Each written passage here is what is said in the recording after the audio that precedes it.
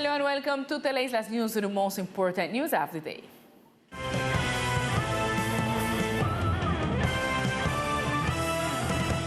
The Office of the Comptroller General of the Republic called on the entities in charge of the reconstruction of Old Providence to take the necessary measures to be prepared for the respective contingency, considering that June 1st was the beginning of the hurricane season.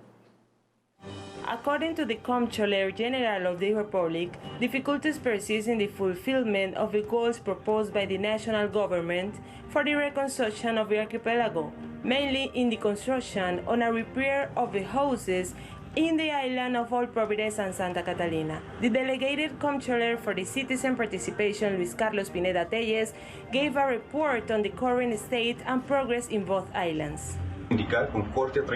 We must indicate that as of May 30th, of the 1,134 houses that were planned, to date we have 2 built, 129 demolitions, 36 excavations, and 28 structures. Likewise, within the reconstruction exercise itself, of 877 repairs and reconstructions in the diagnosis, to date 628 roof repairs and 400 integral repairs have been carried out. In the same line, the comptroller explained the diagnosis in San Andres Island, where only 9 of the 104 new houses have been built. We must inform regarding the repairs in San Andres that of the 104 new houses, to date, only 9 have been built and 7 are in the process of being repaired, which summarized in 2,438, of which 155 roofs have been repaired. Likewise, we must share that the specific action plan contemplates activities for 1.2 billion from 371 activities and 20 sectors, which will benefit about 5,600 affected people.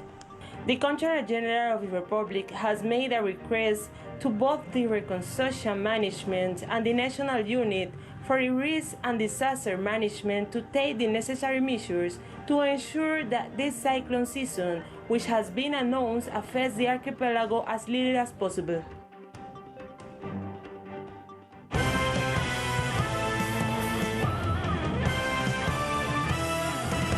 And with the beginning of the rainy season, the IDEAM forecasts the presence of rainfall over the archipelago during the next few days. The IDEAM announced that an increase of the rainfall is expected over a wide sector of the region, Caribbean, Pacific, Central, and North, where the archipelago of San Andres, Old Providence, and Santa Catalina will present rainfall. This as part of the rainy season. On the other hand, the National Oceanic and Atmospheric Administration Office, NOAA, and the National Hurricane Center of the United States are monitoring a low possibility of cyclonic formation in the southwest Caribbean.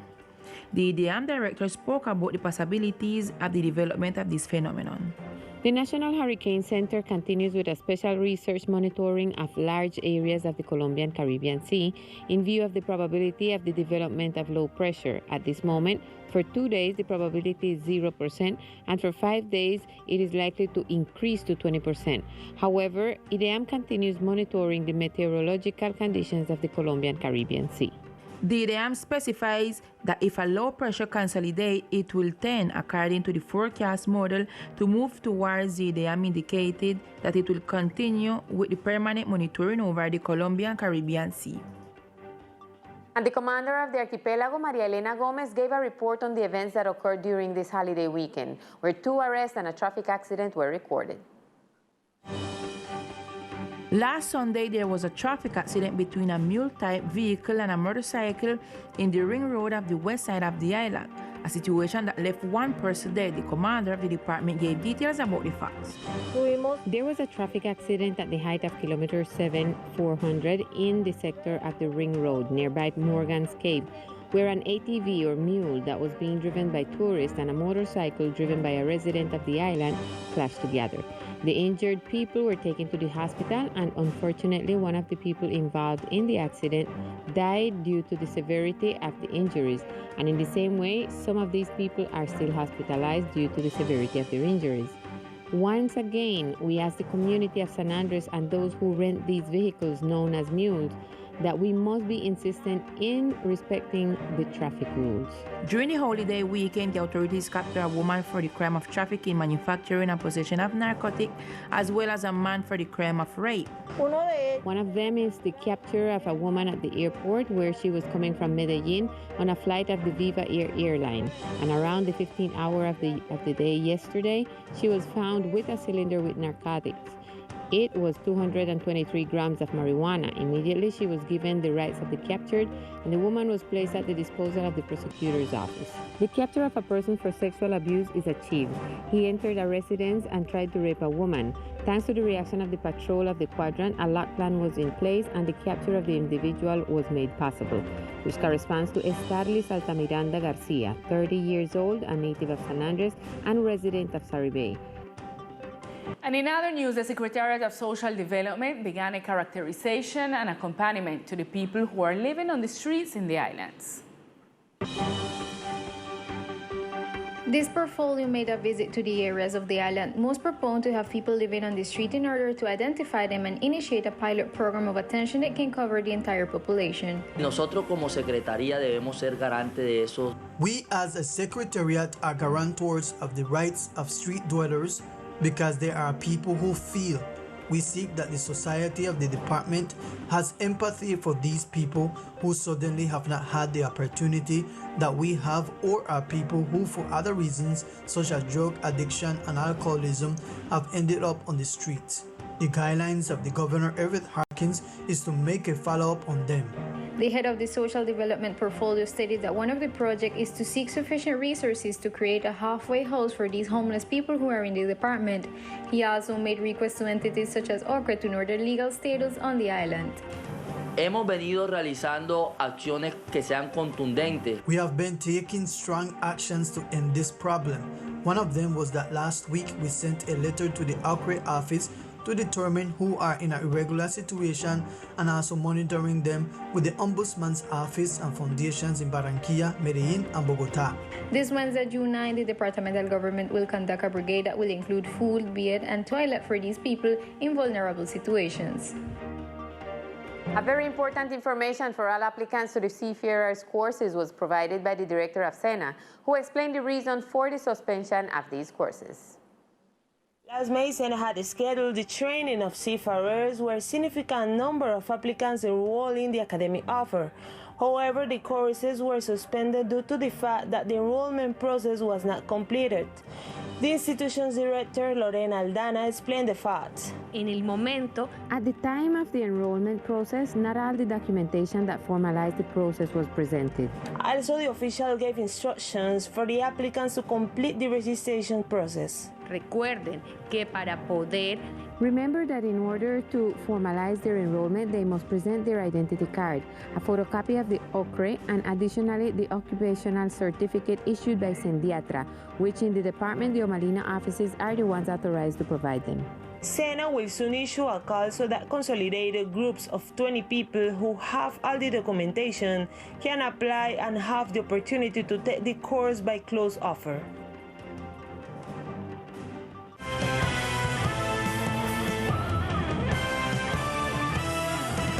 The Raizal Guard addressed a letter to Findeter informing the entity about the behavior of some contractors who are ordered to be removed from the Raizal ethnic territory.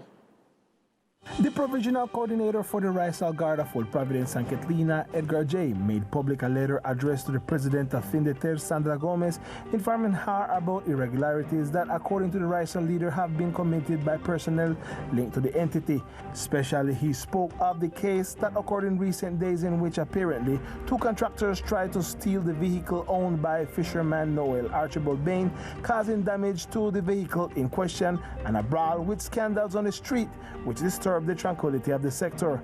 The letter also informs the president that as a corrective measure, the guard orders the aforementioned contractors to leave the Raizal ethnic territory and that Findeter, as their employer, must compensate the material damage caused by the event. For its part, Findeter will be conducting the pertinent investigation into this case.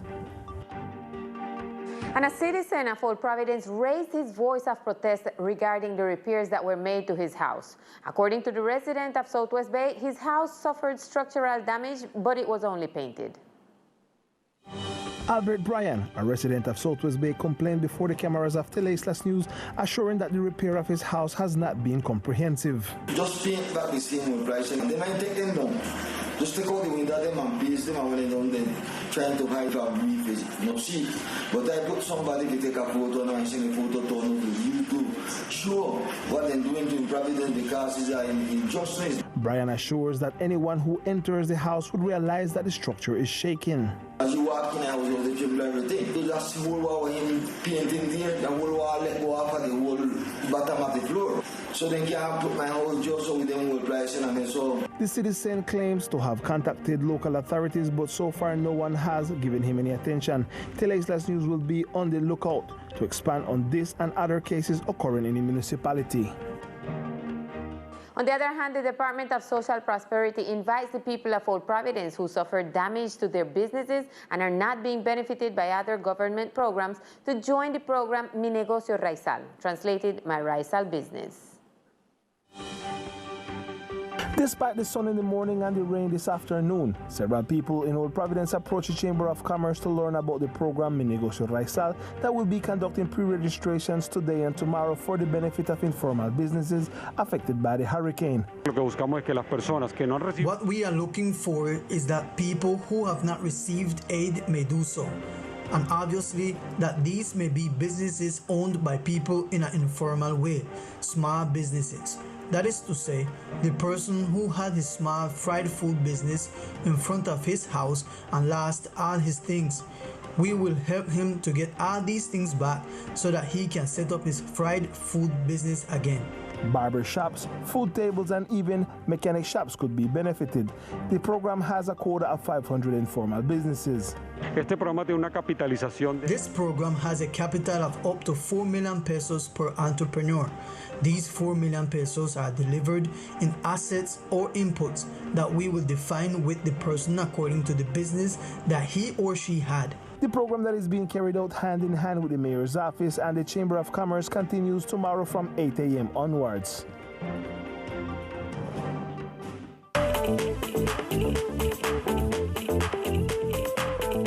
Hello, here are the best sports of the islands. 4 titles for the Titanes of Barranquilla in the Colombian Professional Basketball Tournament. The Barranquilla basketball team was crowned for the 4th-time champion of the Colombian Professional Basketball Tournament, with a victory in a hard-fight game against the Grillos from Medellin, where they won 89-88. This is what Tomas Diaz said. Titanes, este año pues nos tocó otra vez. 2 teams that battled, that was competitive and left a good impression of what will be the future of basketball on the island. Titanes, this year, we were again champion with the blessing of God for the effort made by the board of directors, for the work done by the boys, for the planning, and for some additional things that we have grown and that we always want to be contributing to Colombian basketball. Very pleased and very happy for this achievement. We know that the islands are on the rise with their basketball. We hope next season they have better luck and that they can continue winning 1,000 and 1,000 blessings. We must mention the outstanding performance of the Colombian player Jose Tello, who was the best player of the tournament. A beach volleyball tournament seeks the selection of athletes for next national games. On the beaches of El Dorado, together with the Boatmen Cooperative, the beaches volleyball pre-qualifiers were held with the hopes of qualifying for the national games. An event that was very well attended by athletes who seek to represent the archipelago in upcoming national tournaments in this sport. We talked with Germán Torres, who gave us more details. This is an event that we are doing, the pre-qualifiers to the national games, so that athletes are in optimal conditions at this time, and in which we are doing these activities in conjunction with the league and the support of certain private companies such as Ava, Riviera, Columbia, and others. So they are things that we are doing in order to help us concerning this sport in San Andres. Here we are observing all the biosecurity protocols. With all the biosecurity protocols, the qualifying games for the next national and beach tournament were carried out as stated by Prof. Herman Torres.